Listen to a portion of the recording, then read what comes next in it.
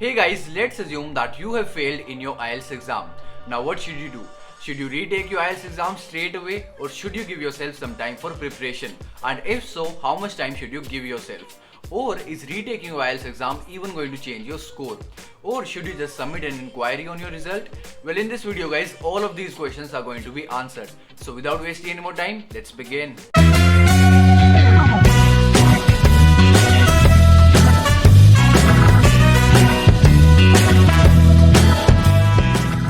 So first of all guys, let's talk about the area in which you are lacking. So is it your English skills or is it your IELTS skills? Because guys, both of these skills are responsible for your IELTS result. And guys, your English skills determine a range in which your band score is going to lie. So it can be from 6 to 7 band or 7 to 8 band or 8 to 9 band.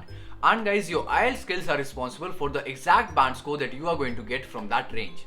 So let's assume that your range is from 6 to 7 band, then guys your IELTS skills will determine whether you are going to get a 6 band or a 6.5 band or a 7 band. And of course guys, developing your English skills takes much more time as compared to developing your IELTS skills. But guys, in some cases, developing just your IELTS skills will help you to achieve your required score and ultimately pass your IELTS exam much more quickly. So let's take a look at some of these scenarios and what you can do in each one of them. So guys, the first situation is if your band score of IELTS listening section or your band score of IELTS reading section or your score of both of these sections is 0.5 or 1 band below your required score.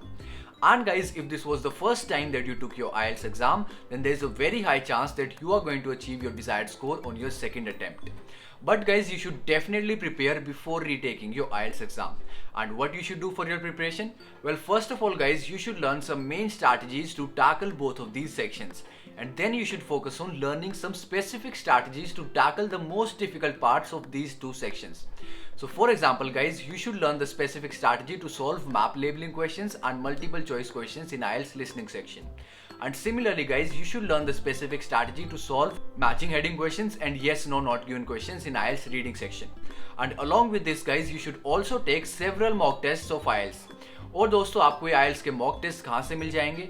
आपको ये IELTS के mock test दोस्तों एक book से मिल जाएंगे. इस book का नाम है कैम्ब्रिज इंग्लिश. और दोस्तों इस बुक के 3 पार्ट्स, पार्ट 15, पार्ट 16 एंड शायद से अब पार्ट 17 भी आ गया है. ये तीनों पार्ट्स दोस्तों इस बुक के लेटेस्ट वर्जन्स हैं और इन वर्जन्स में दोस्तों जो मॉक टेस्ट है they are the closest to the real exam. So make sure that you definitely practice your mock test from these 3 books. And guys, after you have done all of these 3 things, then you will be ready to retake your IELTS exam. And more importantly, pass your IELTS exam this time. And also guys, should you consider submitting your result for an inquiry? Well guys, from what I know, most people don't get their score increased in IELTS listening section and in IELTS reading section when they submit their score for inquiry. And also guys, the fees for submitting your score for inquiry and the fees for retaking your IELTS exam is almost similar. So submitting your result for an inquiry is definitely not worth it, especially in IELTS listening and in IELTS reading sections. So guys, the second situation is if your band score of IELTS writing section or your band score of IELTS speaking section is 0.5 band below your required score. And guys, it is quite common that the scores of IELTS writing section and IELTS speaking section are lower as compared to the scores of IELTS listening and IELTS reading sections. Because guys, IELTS listening and IELTS reading section only require passive skills because you just have to sit there and listen or just read. Whereas guys, IELTS writing and IELTS speaking sections require active skills because you have to actively produce something in English. And also guys, there are certain criterias on which the examiners assess you in IELTS writing and in IELTS speaking section, which is why guys, most people get lower scores in these two sections. And also guys, in this case, I would like to recommend that you should submit your score for an inquiry if you meet the 3 criterias that I am about to tell you. So number 1, your score is 0.5 band below your required score in either your writing section or in your speaking section. It should not be in both of them. क्योंकि दोस्तों अगर आपके दोनों ही section का score जो है वो 0.5 बैंड कम है आपके रिक्वायर्ड स्कोर से और आप दोनों ही सेक्शन के स्कोर को रीइवैल्यूएशन के लिए सबमिट करा देते हो, तब दोस्तों आपके चांसेस बहुत कम है कि आपके दोनों ही सेक्शन का स्कोर इंक्रीज हो जाएगा by 0.5 band. And guys, the second criteria is that you knew all the criterias on which the examiners are going to assess you and you gave all your answers accordingly. And guys, the third criteria is that you are 100% positive that you did your best in your exam and you cannot do any better even if you give your IELTS exam again. So guys, if you meet all of these three criteria, then only I would recommend that you should submit your score for an inquiry. And guys, the fees for submitting your score for an inquiry is the same whether you submit your score for an inquiry for just one section or two sections or three sections or all four of them. मतलब कि दोस्तों इस बात से कोई फर्क नहीं पड़ता कि आप अपने एक सेक्शन के स्कोर को रीवैल्यूएशन के लिए सबमिट करा रहे हो या दो के स्कोर को या तीन को या चारों को, आपकी फीस जो है वो वही सेम रहने वाली है। और दोस्तों जब आप अपने किसी भी सेक्शन का स्कोर रीवैल्यूएशन के लिए सबमिट कराओगे तब दोस्तों जो आपका एग्जिस्टिंग स्कोर है, मतलब जो आपका रिजल्ट अभी आया है, उस रिजल्ट से आपका स्कोर कभी भी कम नहीं होगा। आपका स्कोर बढ़ सकता है या फिर वही सेम रह सकता है।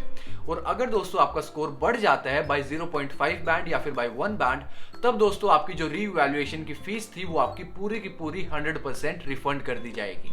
So guys, the third situation is if your band score of IELTS writing section or your band score of IELTS speaking section or your score in both of these sections is 0.5 band or one full band below your required score and you don't want to submit an inquiry on your results. So if this is the case with you guys, then you will have to do some serious preparation. Now what you should do for your preparation guys? Well, for IELTS writing section, the first thing that you should do is to identify the criterias on which the examiners are going to assess you and what you can do to meet those criterias. And then guys, the second thing that you should do is to learn the structure of your IELTS writing task 2. Now what I mean by this is that you should learn the structure of the introduction paragraph of your essay, the body paragraphs of your essay and the conclusion paragraph of your essay. And then guys, the third thing that you should do is to practice your IELTS writing task 1 and task 2 again and again and again. And similarly guys, for IELTS speaking section, the first thing that you should do is to identify the criterias on which the examiners are going to assess you and then find out what you can do to meet those criterias. And then guys, the second thing that you should do to improve your score in IELTS speaking section is by finding out the most difficult cue card questions in IELTS speaking part 2 and then answering those questions while recording yourself on your phone. And then guys, the third thing that you should do is to talk to a foreigner in English daily for at least 15 to 20 minutes. Now how can you do this? You can do this through a website called Omegle. So guys, Omegle is a website on Google. You can look it up. It's Omegle. And on that website guys, there's an option for selecting country. So in that option guys, you can select either Canada, Australia, UK, New Zealand or USA. Then a citizen from any of these countries will come live in front of you. Then you can talk to him or her about any topic and for as long as you wish. And guys, the best part is that this website is absolutely free. But guys, I'm going to be totally honest with you, doing just these three things will not be enough for everyone.